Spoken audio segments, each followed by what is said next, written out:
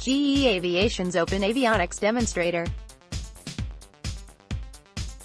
GE Aviation, if an airline or OEM wants to change just one line of code in a critical aircraft system today, it would cost millions of dollars and take months, even years to complete. What if, instead, critical aircraft system functionality could be rapidly updated with new features, similar to the way Apple updates iPhone applications?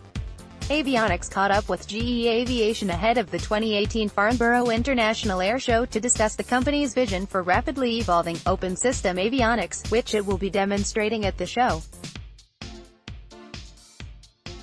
The demonstration is an expansion of the Common Core System (CCS) avionics architecture featured on the Boeing 787 and Gulfstream's G500 and G600 business jets.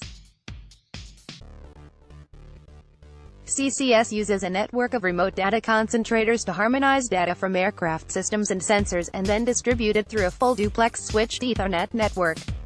CCS is also supported by the VxWorks 653 Real-Time Operating System (RTOS) from Wind River.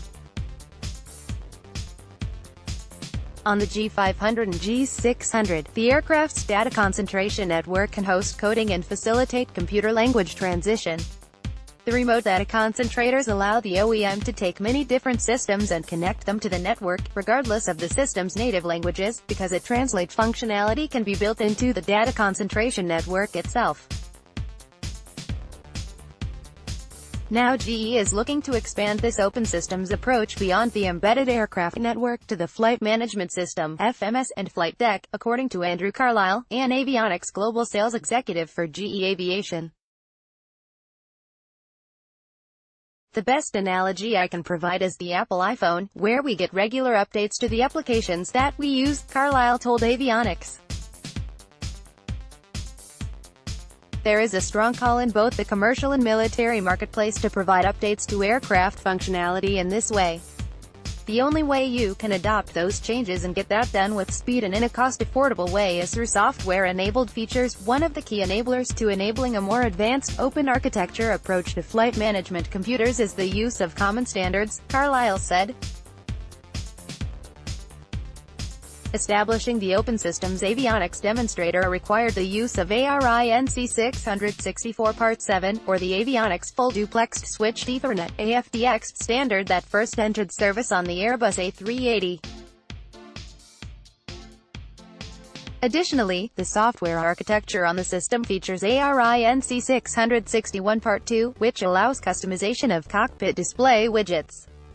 The Open Systems Demonstrator will also show airline and military pilots and OEMs how GE is enabling more interaction between electronic flight bags (EFBs) and the FMS.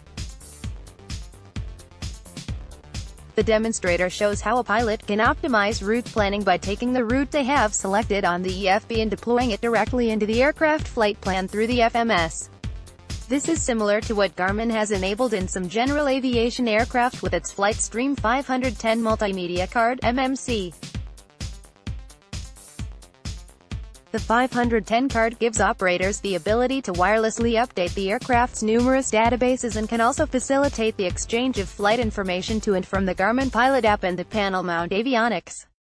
We're running real, live software code at Farnborough showing how this can be enabled, Carlisle said.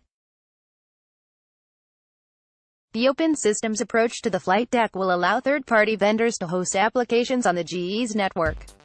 This is already a reality today on the 787, which currently hosts 80 different applications from 60 different vendors on the CCS. We want to show the art of the possible, said Carlisle. Through this open systems approach, we're giving OEMs a blank canvas, an open platform that you can build and customize your flight deck upon. GE Aviation is exhibiting at the Farnborough Air Show in Chalet P2.